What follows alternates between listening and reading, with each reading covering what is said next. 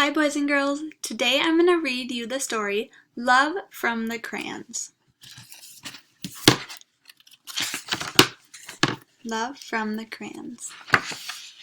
Love is red because love comes in all shapes and sizes. Love is purple because love has its own imagination.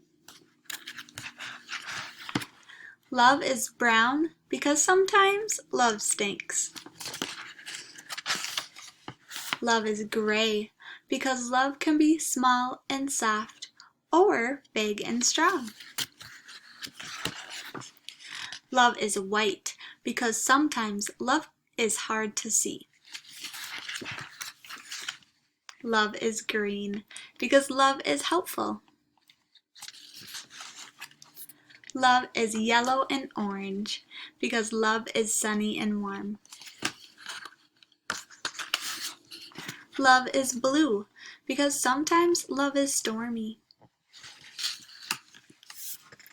Love is pink because sometimes love can be silly.